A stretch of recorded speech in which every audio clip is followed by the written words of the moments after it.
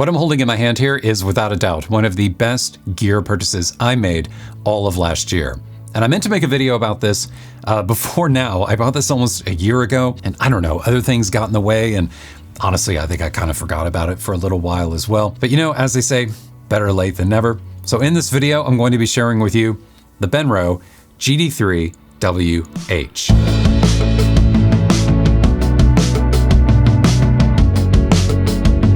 Now, if you don't know what this is or you don't recognize it, I mean, it is a pretty weird looking piece of hardware, right? I mean, it's got these knobs and dials all over it. Well, if you don't know what this is, I'm going to assume that you probably own and use either a ball head or a fluid video head, and you have yet to discover or be introduced to that third category of tripod head known as the geared head.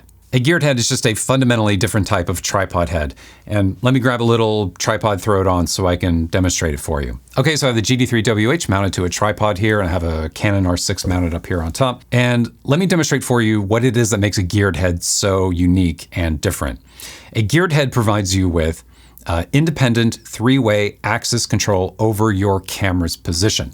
So this knob here on the side of the geared head, this is a 360-degree pan knob. And when you turn it clockwise and counterclockwise, the camera does a 360-degree pan movement like so. Then you have the other two knobs here. This one here on the back, this is a vertical axis tilt here. And again, same movement, and the camera just moves incrementally that way. And then we have the horizontal tilt up here, where the camera tilts laterally left and right. And what makes this so unique and different is what you're looking at right now, is the fact that I am not touching the camera. I don't have to hold the camera, physically move the camera into just the right spot like I would with the ball head and then tighten it back down. I could be making these little tiny micro adjustments just by turning these knobs on the side of the geared head here. And this moves the camera just incrementally, like millimeter by millimeter, to get it into just the right spot. Another interesting detail of the GD3WH are these clutches that are at the base of each knob. If I wanted to quickly pan the camera around this way, I could just pop the clutch by twisting this to the right counterclockwise, hold it in place, and then I'm able to quickly turn it like so. And I can just, turn it back and forth like this, all I want. And then the same is true for the other one. So I could also, quickly do this if I needed to do a quick tilt. And just for the sake of completeness, let's go ahead and do the horizontal one. And as you can see, you have full rotation that way as well. And the nice thing about that is that, because this is one of the common kind of criticisms you may hear sometimes about geared heads, is that geared heads can be slow because you find yourself doing this quite a lot, trying to, incrementally get your camera from one spot to another. Well, that's where a clutch comes in, because you're just able to, get it get it pretty close to where you want it to be, and then just dial in that last little bit. Now, some of you right now may be thinking, okay, cool, but I mean, doesn't a ball head provide three-way axis control? I mean, again, can't you just loosen it up and put the camera just where you want and tighten it back down, and isn't that good enough? And the answer is, yeah, for most people, it probably is enough. But there is a particular type of photographer and videographer out there, maybe you are one of them because you're watching this video right now, where every single millimeter counts. For example, perhaps you are an architectural photographer or an interior photographer, and you need all of your lines, all of the underlying geometry in your scene, your horizontal lines, your vertical lines, everything needs to be straight and level and correct in camera so that you're not having to crop the image and lose pixels later in post. Or perhaps you are a landscape photographer. This is something that has affected me a number of times, where you dial in your composition with your ball head and you think you got it right. You're like 95% of the way there. And it's that last little bit that drives you crazy, because there's like something kind of sticking in on the side. There's something that you wish you could just move the camera just a little bit just to get rid of, so that you don't have to crop it out later. Or perhaps you are a macro photographer. I mean, someone who is commonly photographing like flowers or insects, or maybe like tiny little products like jewelry, something like that. And that is what a geared head is for. It's all about the details. It's all about that last little bit of your composition. It's almost like micro composition. It's getting it exactly right in camera. That is the kind of thing that you're able to do with a geared head. That is just far more difficult to do when you own a ball head or a fluid video head. And I speak with experience here because, like, you know, in my camera setup right now, I have the geared head over here and I'm just using just a conventional fluid head and tripod over here right now.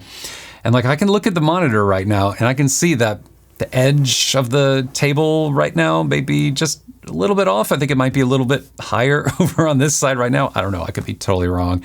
I could be totally imagining it. But that's the kind of stuff that can drive you mad and make you crazy, especially because when you have a 3-legged tripod and you have a fluid head and maybe you're on carpet or who knows what you're photographing on or shooting video on. Oftentimes you can get everything as perfectly level as you think you can get it. I mean, there should be no reason why your camera's not level, and yet there's something just a little bit off that can't easily be corrected. That's where a geared head comes in, because then you're able to dial in just that little extra bit there in order to fix whatever the problem may be. Okay, so let me take it off.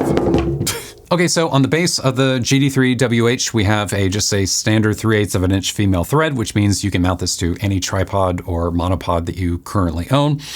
However, there is one kind of like quirky thing about this particular geared head that you should probably know about, and that is the fact that both the vertical knob here and the pan knob here, they both kind of sit like a few millimeters lower than the base here. And that's not a problem if you have just, you know, a standard size tripod, because then when you mount this, the knobs just sit a little bit lower than the mount up here. So there has to be sufficient room and clearance around the side here in order to be using these knobs. But again, if you just have a standard tripod, that really shouldn't be much of a problem. Where it can be a problem, however, is if you own a larger tripod like this one. This is a carbon fiber tripod made by Pro Media Gear. This is what I use for my landscape photography work. I reviewed this a while back, in case you're interested to know more. But this tripod has a large 70 millimeter base on it. It's intentionally large to, you know, give the tripod more stability. This is too big, too much diameter here. For the Benro. You can't screw it on. Like, there's not enough space here. There's not enough clearance for the knobs. So, I mean, again, as long as you don't have like a tripod with a really large base on the bottom like that, as long as it's a little more standard like so, then it's really not much of an issue. If it is an issue, one thing you can do is get a spacer in between the mount and the base of the geared head here. I think there's one that's made by Manfrotto. I'll put it up here on the screen. You just screw that into the top and it sits in between and just lifts the geared head up a little bit and gives you a little more clearance. Also, there are 3 bubble levels on the GD3WH. There is one large one up here on top so you can tell when your camera is level. And then there are 2 more. There's one here on the front and then one here on the side of the plate so you can see if it's level with the vertical and the horizontal axis. Now the plate up here is just a standard Arca Swiss mount. So if you have an Arca Swiss plate on the bottom of your camera, whatever you have, doesn't need to be a Benro, doesn't need to be on brand or anything like that. Whatever Arca plate you have should work perfectly fine up here. Also with the Arca plate, this has one of those locking kind of mechanisms. This is something you see in other Benro products as well. I actually have one of their low profile ball heads here that I use.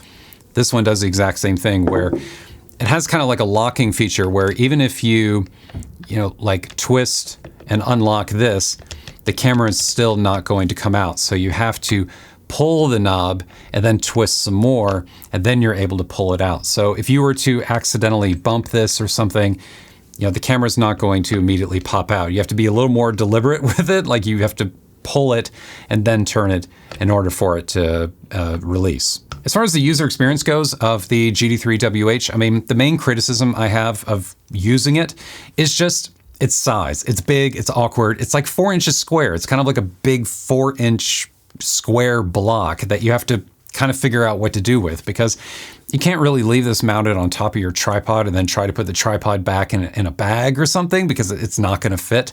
It also doesn't really fit easily in like a camera bag. Like I have at least not mine, like I have a ProTactic 450 AW, and all the slots on the inside are like horizontal and vertical, and this thing, just big square thing, it doesn't really fit very easily. But if you're using it in a studio, or you don't mind, carrying it around in a car separately or something like that, it's really not that bad. Just traveling with it is, it's a little more cumbersome than, say, a traditional ball head.